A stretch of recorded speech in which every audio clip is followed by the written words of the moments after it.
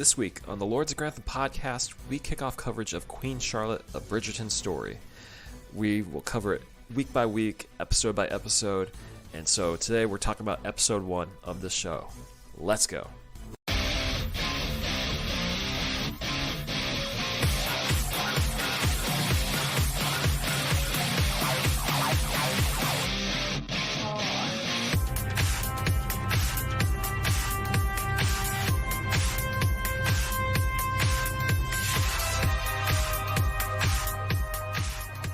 And we didn't think it would happen, but we're back to the world of Bridgerton. Corey, how's it going?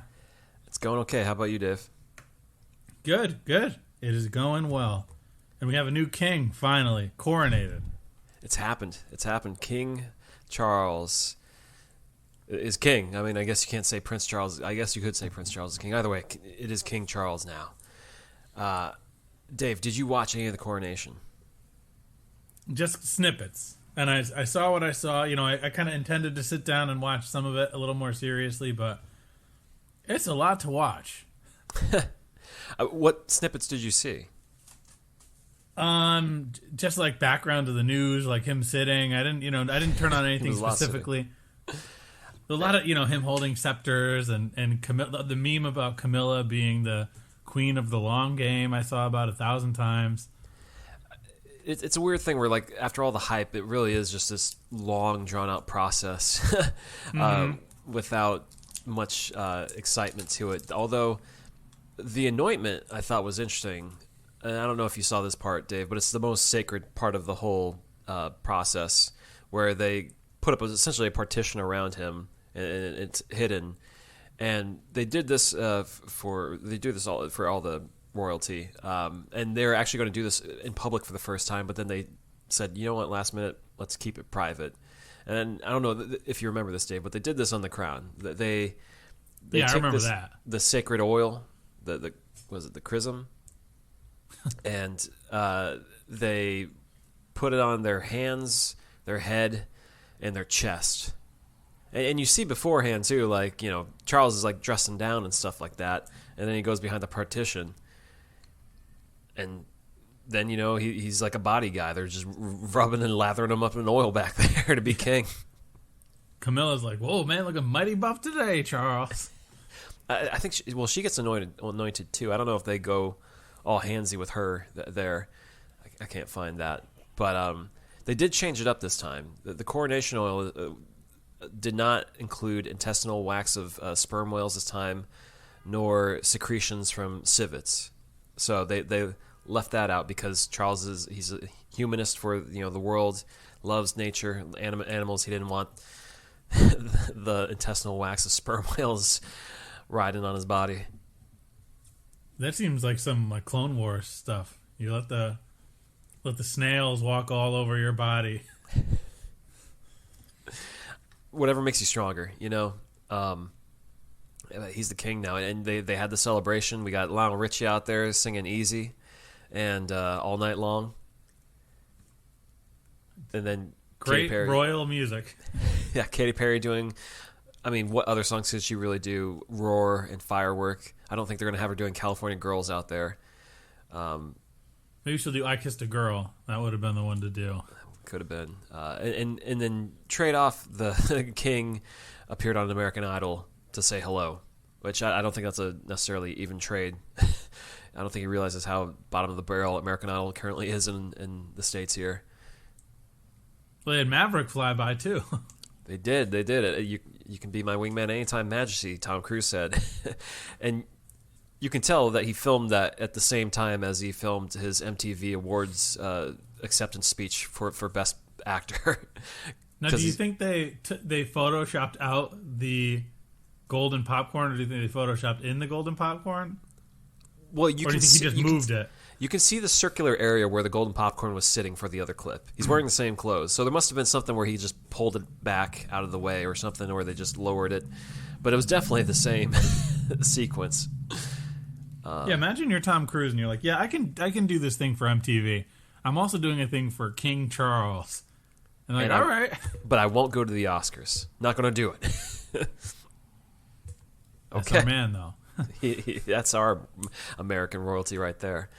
And so yeah, he is the king now. And Dave, I did bring I brought back from England some butterscotch biscuits, official That's coronation right. butterscotch. You know, King biscuits. George was popping these things like King popcorn Charles and grapes. King Charles, Sorry, King George is long. I'm getting ahead of myself. Well, King George. We'll talk about King George. One of the King Georges. Dave, did you like the butterscotch cookie? Did it taste like what King Charles would be eating? Well, you gave it to me in a paper towel as we were driving to a friend's house.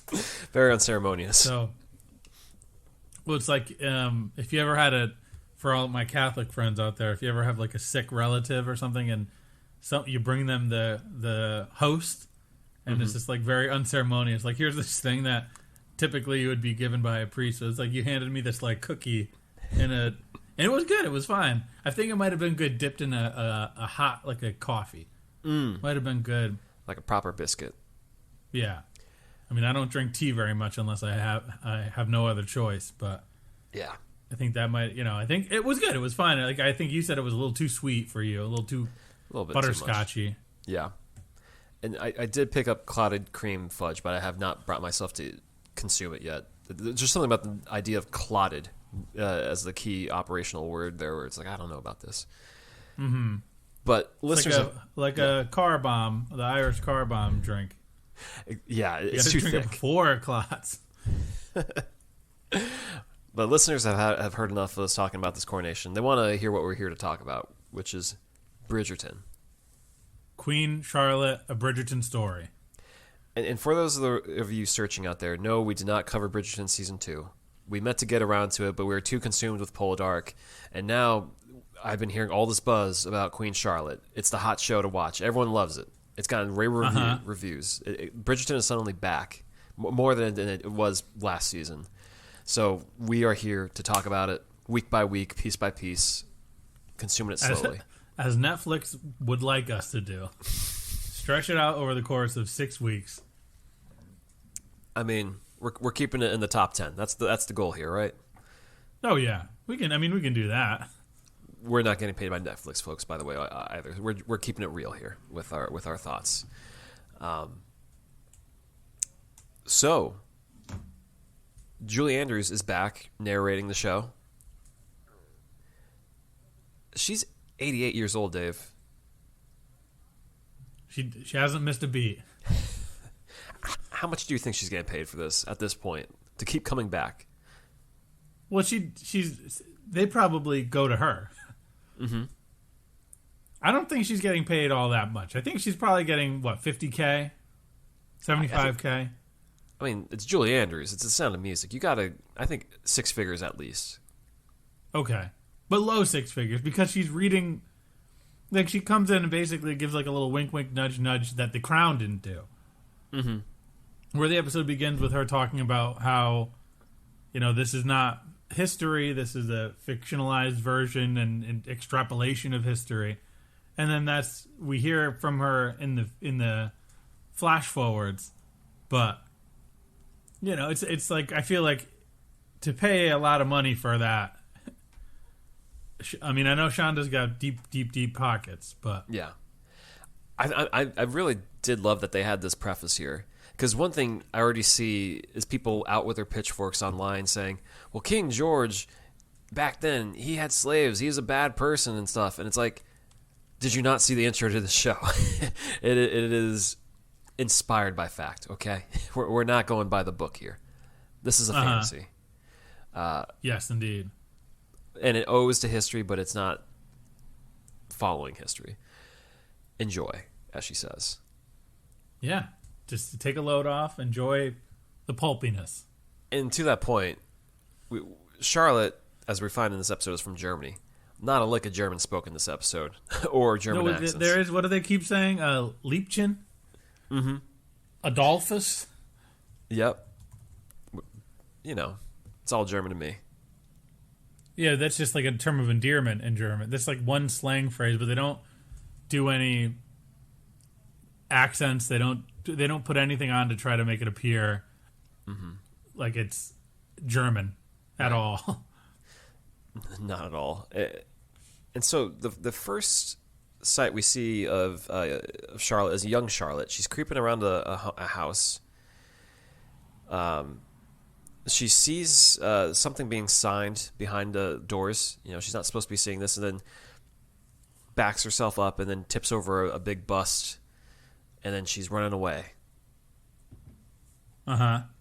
I don't know exactly what this was in reference to quite yet. I don't know if this is a flash forward or what. Dave, did you make out what was going on? Yeah, that's her making the deal, or rather that's Adolphus making the marriage deal. That's right. Okay. Because they cut away as soon as the scene concludes. And you're right, yeah. So yeah, that's her talking to... That's the marriage contract being agreed upon.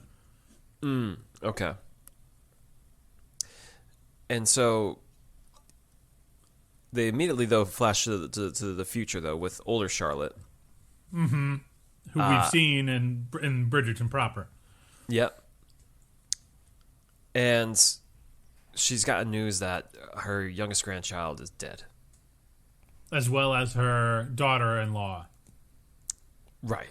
Who was giving birth to another baby that did not survive it either. Mm-hmm. And, yeah, it's an emergency. She needs to have a kid. She has all these children, but apparently none of them have had children. And we'll get to more of that later. Because we jump back immediately. Yeah. Now, did you expect there to be modern Bridgerton stuff? I really wasn't sure that there was going to be continuation of at least the Queen Charlotte and the current Bridgerton timeline. I was aware that the modern actors would appear in the show, but I thought it'd be more of a bookend type of thing, like young Indiana Jones, where they show up to be like, "Oh, I remember way back when." I didn't expect it to be an ongoing plot part of the what we're watching currently. And yeah. To be honest, the way they kind of jumped to the future and back felt a little clumsy. I think they could have maybe introduced that a little bit better, but it's fine. Yeah, I guess we'll see how it plays out in the greater whole of the show. Yeah. So, as you're saying, Dave, we bounce back, and now we see her talking to her brother about the paperwork that she saw him signing right then. Yeah, they're on their in the carriage on the way to London for this arranged marriage, and we get the exposition dump that her brother Adolphus is kind of her keeper because their parents are dead. Mm-hmm. And through this sort of exposition, we find out that she does not, she doesn't like the prim and proper. She complains about the bones in the dress and how if she emotes too much or moves too much, she will die. It's all she's putting on this show saying, like, you're forcing me to do this thing. And mm-hmm. I wish I didn't have to do it. Yeah. I do wonder how much the corset would actually kill her. I think it's more just her complaining. But folks, prove me wrong and tell me about the whalebone. Yeah, we're two men. We really have no dog in the fight regarding corset discussion. Yeah, I know they're painful from what I've heard. I just the whalebone thing is news to me. But yeah, she's emotional. She can't breathe, as she says, and is mystified as to why someone would come across the continent for her. Because as we hear, they're from Germany, and this is the British king. And all we know is that she's special somehow. Maybe there's gotta be something about her. There's something about her. So, yeah, he has signed a betrothal contract, and so pretty much she's locked in, and she's like, I would rather kill myself than get married. All she got to do is wriggle around, and then she'll kill herself. She's dead. That's all. And they talk like mom and pop aren't in the picture. They're dead. And so he's like, you can't make any decisions. I'm the daddy. I'm in charge. I'm your brother. Not you. They're the British Empire. Understand your place in the world. You're German, okay? They run the show. Indeed. So you have no choice with this betrothal. So, yeah, it could go either way. This could be a good thing for her. It could be a bad thing for her. And we get there. We seems to be that where... He does say, though, there's worse fates than marrying the King of England, okay? Just do your duty for your country, for Germany. Mm-hmm. And we never really lean into the fact that, and I think Bridgerton on the whole kind of doesn't really lean into the fact that, like, is this sort of attitude from a woman appropriate of the time? You know, would she really be like, I don't like wearing this, or would it just be like, oh no, you're a female, do as you're told? Yeah. How fictionalized does Shonda make it? I mean, I know we're probably we're a couple hundred years removed from it, but just thinking about British royalty back then and how they treated their wives. Just think about how Henry killed so many wives and stuff like that because they didn't produce a male heir. You know, in between we had, I think, was it Elizabeth and some other better rulers, but I can see some hesitation. Like, there's a lot of pressure to produce a male baby and being locked into that whole situation, let alone with a man you may not even like.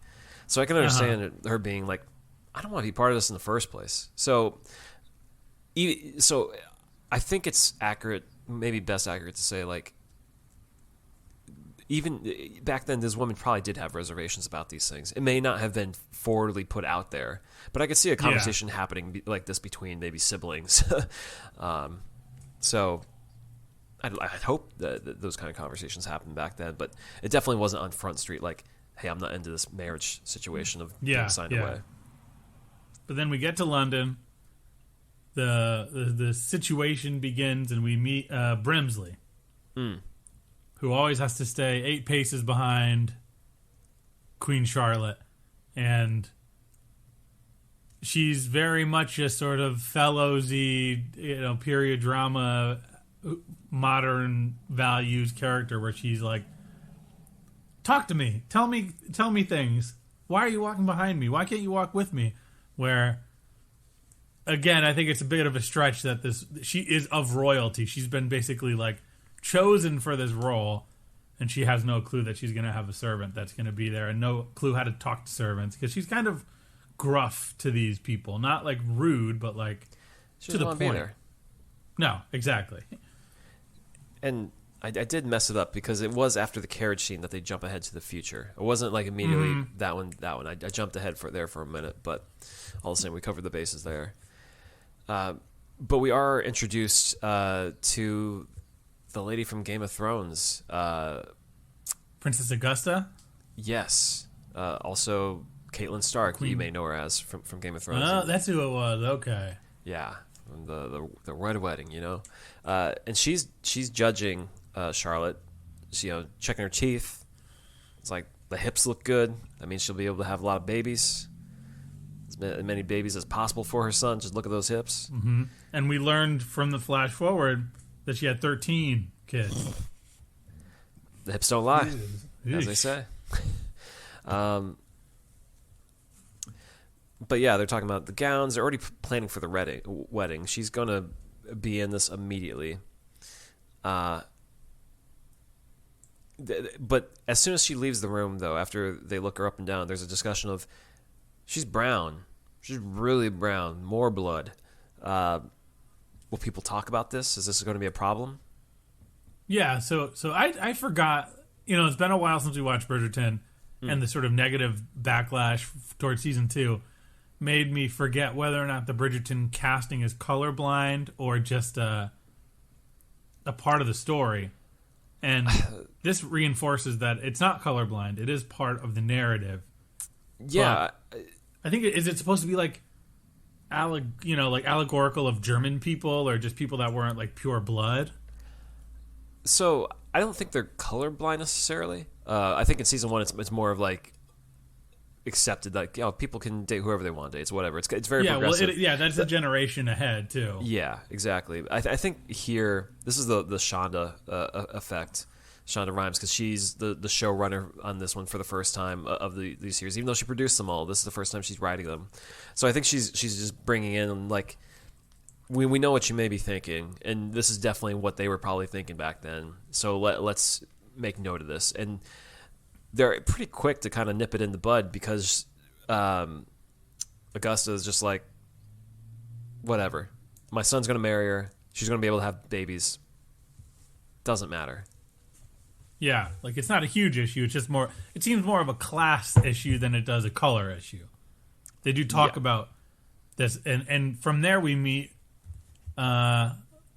in a shocking scene, considering we have been watching Poldark and the Gilded Age, we meet young Agatha Danbury getting, in an uncomfortable position with her husband, who is much older than her.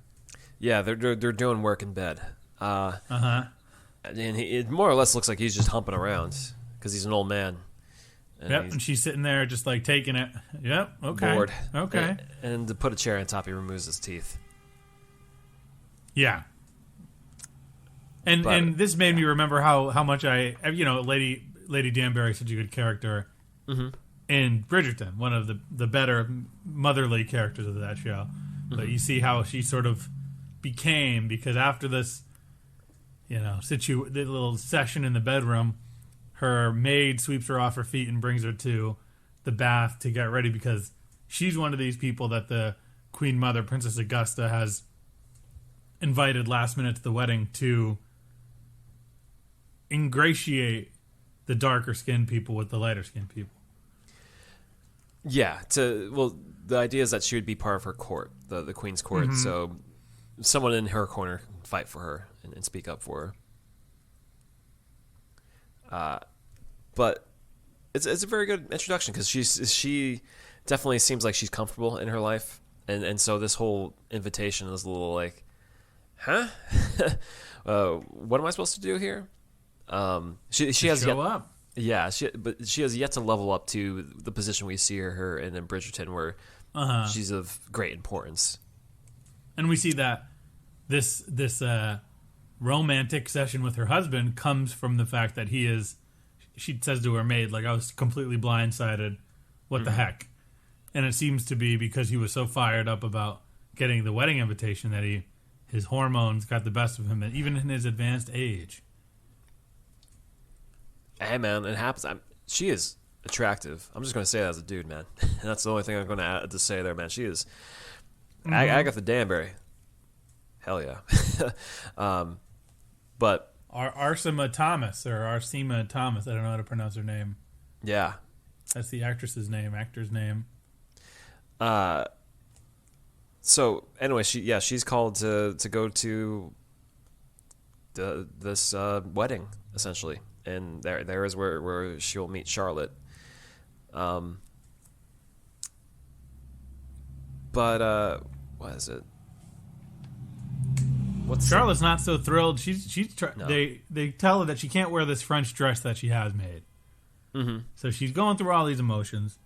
She goes outside, and despite the fact that Brimsley is being vague and stuff, she's had enough, and she goes out into the courtyard, and she's sizing up a tree that's crawling over the wall, wherein we have a little meet cute happens, if you will. Yeah, where a handsome man dressed to the nines starts talking to her about what's going on. What are you trying to do? Yeah. It's the actor Corey, another Corey, Milcreased. This guy's handsome too. I mean, Netflix does not. Yeah, he's a hunk. Netflix does not hold back in casting handsome people. They really do. This guy, if you look at his IMDb, has like no credits, just like one or two things, and you just think about it. This scene here, where essentially he has to establish a rapport with Charlotte.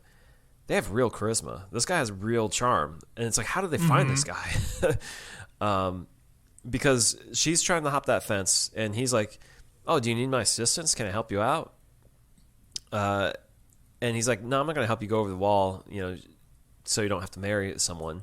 He's like, I'm George. I'm the one. You sure about that? Yeah, you sure you want to climb a wall? And they go back and forth about, they joke about it. It is very meet cutie. It is like, oh, you're the guy. You're handsome and you're charming and you seem very nice. Call me George. You don't have to call me Your Majesty. He loves mutton. He loves books and science. His favorite food is mutton. He loves farming and riding horses, and he's also nervous about marrying his wife as well. It's like, oh, okay. Wow, you're a person too. Good haircut. Yeah, good haircut, good outfit. He's looking sharp. Yeah. Doesn't quite look like a royal haircut, but I think it's what they're going for is something attractive. It's a Shonda haircut for sure. It's a Bridgerton haircut. And so, like, within a second, within the drop of a hat, she's like, you know what? I can marry this guy. Now I see what I'm working with. Comes running back, and he's like, what the heck is going on? Everyone's oh. They're in. They're all in. And so we see them get married. So we have a wedding. And she changes her dress to that French dress that she talked about before. Mm-hmm. She puts her hair out. Looks great. Has a nice tiara tucked in a sort of poofier, more afro-y haircut than the traditional European one that Princess Augusta wanted her to be in. Mm-hmm. To which you see a little eye roll from Princess Augusta. She's not too thrilled. Yep. Agatha Danbury, she introduces herself to Charlotte, saying that she'll be in her court, so if you send for me, I'll come. She's Agatha Danbury, and she says, well, you're going to be Lady Agatha, Lord and Lady Agatha Danbury soon. Yeah. Leveling up. She's about to level up. And we really just get a long montage of the wedding set to an orchestral version of Beyonce's Halo at the wedding. Mm-hmm. Which I was glad that we pulled this thing back, because that was one of the things that I think Bridgerton did pretty well, was the Westworldy, use modern music but make it period appropriate. Anachronistic use of music, yeah. I was just thinking the whole time, how much did they shell out for Beyonce's Halo? That was a huge song. Shonda's probably just like, Beyonce, I'm taking it. Okay, you good? We good? I'll buy you dinner next time we hang out. Yeah, possibly. And so George is, they have their dances and everything, and then George is like, I'm going to show you this house here. We're going to check it out. He's like, I've got something I want to show you. It's like something I got for it, or something I want you to see. And then he's like, this house, this is your house. You can slow down. This is, I'm going to... We don't have to go out. We don't have to go out, but I have to go to my estate queue, actually. You can stay here. This is gigantic, this place. I can show you around for a second, but I got to go. I got my own home. Well, also, before this happens, when Lady Danbury's walking out of the wedding, she leans in close and she goes, be careful. To which Charlotte is like, what are you talking about? What's going on? Yeah. And then we're whisked away into this come see your house that was remodeled for you. And to be honest, this does come out of nowhere. It's just like, wait, why doesn't he want to spend the night or hang out with her? Because she even says, like, aren't we supposed to perform our married duties here? Mm-hmm. And he gets angry. Sorry. He seems to be like very frustrated with her in that moment. Like, fine, I'll go to let's do it. And she's like, hey, calm down. Mm-hmm. And this is the first he gets frustrated with her about, like, no, I have my life. I'm leaving. I'm going to Q. I'm hanging out with my boy Mike. And you're gonna be here. This is where you live. Is that your immediate thought, Dave? That he has like a side girl, like Camilla? Well, I don't know if he's giving me side girl vibes. Oh, side thing vibes. Yeah, side maybe boy. Okay. I mean, sure, why not? But yeah, he's not staying the night, and she says, George, and he's like, I am your majesty, which flip of the dime there, where like this guy had said you can call me George, and now he's using like the whole majesty thing.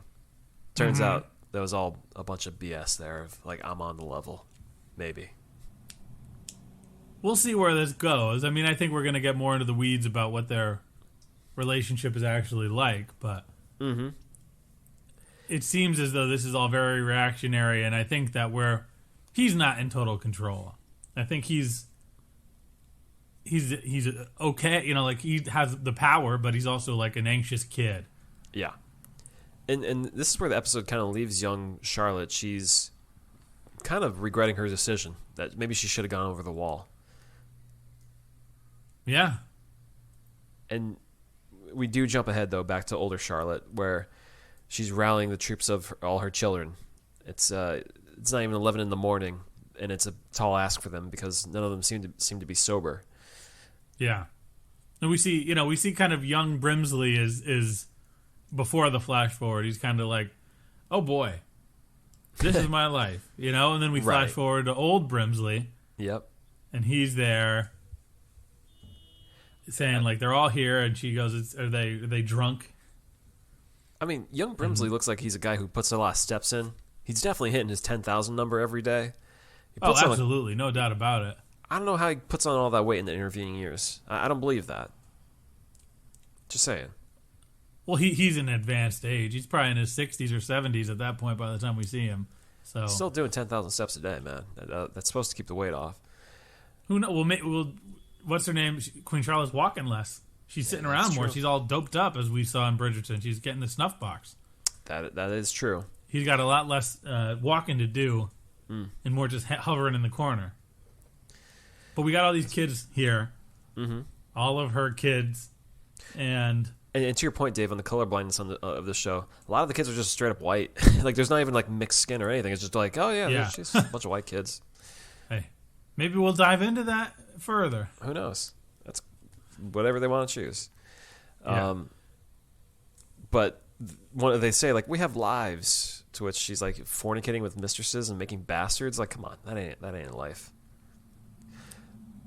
And we another, you know, we see that and whistle down comments on it that the Queen had always played such an active role in the matchmaking game in the world. Can she find herself an heir for one of her kids? Can she use her skills on the actual kids? And we see that Queen Charlotte is upset that Whistledown is now reporting on this situation following the death of her daughter-in-law or daughter and the infant.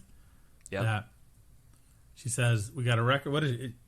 You forget how brutal the language in the show is. Mm-hmm. And when she says, we got virgins to the left and whores to the right. And they're like, okay. Yeah, call it like she sees it. But it's time for them to get to work and find some significant others. Because they got to produce a successor. Find good partners. Or else the line is going to die right there. And then I like that her son that lost his wife is right by her, and every time she brings it up, he starts bawling his eyes out, and she's like, respectfully. Yeah. It shows, you know, like she doesn't have time to mourn, you know, like got to go to work. The weight of all of these years of being this sort of social queen, as we've learned from both Bridgerton and we're seeing the place being set in this younger version, is that, you know, she doesn't have time to emote. She's got a job to do. She got to know her role and shut her mouth. Yep. And so we'll see where it goes from there. That's the episode. It feels like there's less to talk about, but part of that is, I think, because the wedding montage actually takes up a good 5 to 10 minutes of this episode. But yeah, did you like this? That's all. Did you like this episode? I did. I liked it a lot. I was super entertained. It moves. Mm-hmm. The cast is fun. I mean, I didn't love the fact that where, you know, the arbitrary German stuff. Like, if you're going to fictionalize, go full blast. If you're going to go colorblind and all that, whatnot, just who cares that they're, you know, stop saying Liebchen. Just lean full into it. Yeah. But I did. What about you? Yeah, I thought it was solid. It felt a little less whimsical than Bridgerton, where, like, I felt like Bridgerton could be a little bit, for me, cloying with some of its sweetness sometimes. This one feels a little bit more like, well, they already established the stakes off the top, and yeah, I'm excited to see where it goes. Yeah, Shonda is sharp. That's one thing, you know, having watched her write that How to Get Away with Murder, like, that's a very twisty show where they pull out some pretty crazy stuff.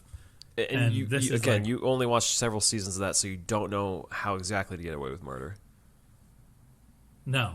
Okay. I don't know. The last episode was like the final step. It's like How I Met Your Mother. You just had to watch all the way through. How to Get Away with Murder. So if I ever do a murder, I'm not going to get away with it all the way. They're going to be like, he got 75% of the way there, but he didn't get away with murder. But it does feel like, you know, she's sharp, and her status in Hollywood is what it is for a reason. And this show makes you realize that. Like, you give her the helm after.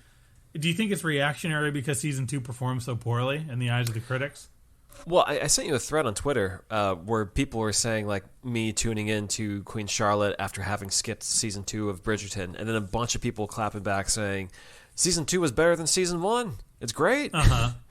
Which made me think maybe we do need to revisit it at some point. But well, if this picks up the pop culture zeitgeist of Bridgerton, then yeah, maybe we do. I do think this is a necessary pivot because there was a lack of buzz around the last season that the first season generated. I think a large part of that was the whole of Regé-Jean Page missing.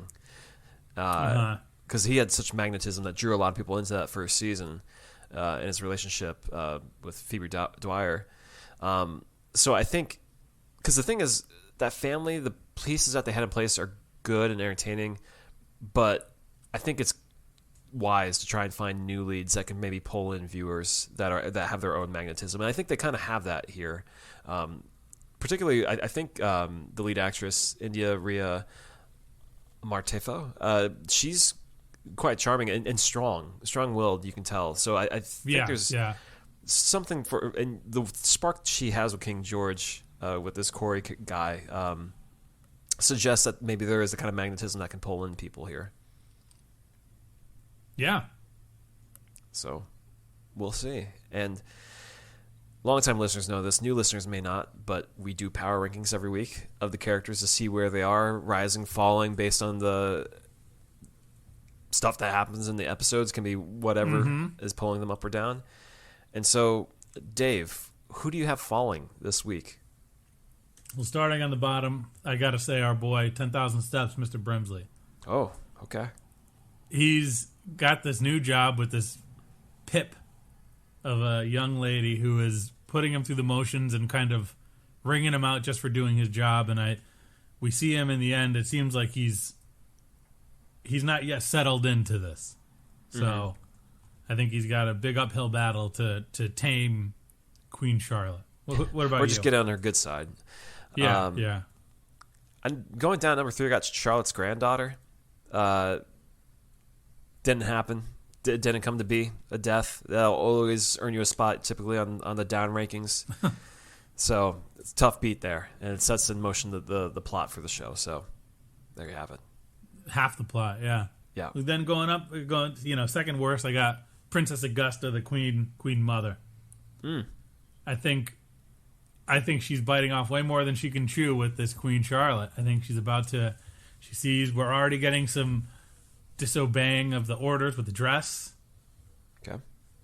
She's very dehumanizing. She does the pivot and gets the people of color into the wedding, but she's clearly the one playing the game more so than King George, and I think that Queen Charlotte is going to be a thorn in her side. Okay. Well, at number 2, I got old Queen Charlotte. Her granddaughter's dead. She needs to find a new, heir. And she needs to get her children to work, so it's a tough beat for her right now. Okay. Well, I got old Queen Charlotte as number 1 for everything you said. This is she's trying to whip 13 kids into shape to procreate in an appropriate way. Well, at number 1 going down, I got young Queen Charlotte. These are 2 different characters. Okay. Yeah, absolutely. It's just 2 different tracks. And for her, she got married into this situation where it seems like she got a bag of false goods here. He seems like he's a charming, might be a good husband, and then immediately turns on her and doesn't want to spend the night with her. And so she's feeling trapped. This has got to be a low for her that she needs to rebuild herself from, because she's got nowhere else to go. She's married and locked into this guy now. Yeah, sure. Yeah. Well, who do you got going up then, Corey? Number 3, I got young King George. Okay. He's got some charm to him. He seems likable up until the ending there. Either way, though, he has power. He said, "I'm your Majesty. I'm going to Kew Gardens is a location here locally. No, he's going to Kew. He's getting off that subway stop. Yep. So the guy, he owns the show. He's the king. So King George, number 3. All right. Well, I got Lady Danbury of the young variety at number 3 because she gets plucked from whatever her place is to being in the Queen's court, and she becomes a lady in one foul swoop. And we see that she seems to be making the best of an unpleasant marriage that she's in. And I think this is clearly a net positive for her. All right. Well, at number 2, I got Adolphus. This is a guy who has to help his sister out and convince her to get married when she clearly doesn't. And he's got to carry on what his parents couldn't do, and he does it. He sees to it that she gets married, puts her over the line, pretty much lets her know what's up, even though she's very headstrong. Kudos to Adolphus, doing what he needed to do for his parents. Could we have changed the name from Adolphus, though? To what? Dolph? Any name that doesn't have Adolf in it, maybe? Any other? I know it's a traditional German name, but I don't know how based on truth this is, but right. Let's play with this. It screams them trying to make the name Adolf sound cool. So Adolphus. Shonda, you got something to tell us? Yeah. Well, despite what you may think, I've got young Queen Charlotte going up at number 2. Okay. Because I think she's still... this whole thing is overwhelming. Mm-hmm. We start the show where she's swept off in this outfit to meet her future husband and get married. We end the episode where she's in this house confused and upset at why her husband is leaving. But we're leaving out the fact that she gets this house and she has this really nice meet cute and she has this moment of individuality where she bucks the system and wears this European dress down the aisle despite being told not to. I think she has a lot of positives in this episode, and it's sort of a, the ends are not great, but the middle is. So I think that there's a lot of going up for her. Okay. Well, at number 1 going up, I got Agatha Danbury for the same reasons that you said. The thing is, she's coming from just like not much going on in this boring life with this old man as her husband, Lord Danbury, and now she's getting called up. This is her chance to step in the ring and be something more. And so she's got an opportunity here. So good on Lady Danbury. She's going good on Lady Danbury. Yeah, Agatha, let's go. How about you, Dave? I got King George at number 1 because whether or not, he makes a great first impression on his wife. Mm-hmm. And then he's like, I'm going to my house. Like, leave me alone. I need my sleep. I'm going back to my house. Well, wouldn't that be great if the reveal next week was just that he didn't sleep well the night before, so he just wants to go back to the bed that he knows? Yeah. It's like it always takes me like 2 nights at a hotel to get comfortable, to truly get a good night's sleep. So this dude's like, I'm not sleeping in some brand new house. And it just turns you into a terrible crank when you can't get that sleep. Yeah, he just has like a crick in his back from sleeping in and being nervous about the wedding. Yeah. But he's a king, This is he's a king. He's married off. It seems like one less problem for him to deal with, and he's going to Q. He's going to hang out. Yeah. And the one last thing we should know is that this episode ends with in memory of Jacqueline Avant. She was the mother of the wife of Ted Sarandos, who's the owner of Netflix. So that's who that was for. And I guess she was murdered, actually, in her late age by an intruder in her home. So, but she liked Bridgerton, so they paying tribute. Well, that's nice, but terrible how she died. Yeah. So for anyone who's curious about that, there's that. But yeah, that was our power rankings, and that's all we got to say about that show for this week, and we'll return next week talking about more. But Dave, have you been watching anything else in the interim? To be honest, not too much this week. It's been kind of dry. Okay. A lot of busy stuff going on around the Connecticut world, so can't really say that I've been getting into much. I'm behind on Succession. I'm behind on Barry. That's really all I got. What about you, Corey? Well, similar, but I will say I did watch WWE's Backlash this weekend with Bad Bunny. I did that. It is still astonishing to me that this guy, Bad Bunny, is literally one of our biggest pop stars in the world. You look at the charts, his songs are always up there. Everyone's listening to him. If you're young and hip for the most part. I don't know how many older people are listening to him. But the fact that this guy performs at Coachella at the end of April goes to the Met Gala the first Monday of May, and then within the same week, he's in Puerto Rico in a San Juan street fight to an arena of thousands. That's work right there. And it wasn't like a 2-minute thing. It was like a substantial. He took a beating. Performance. Oh, he got thrown off like 10 feet through the air.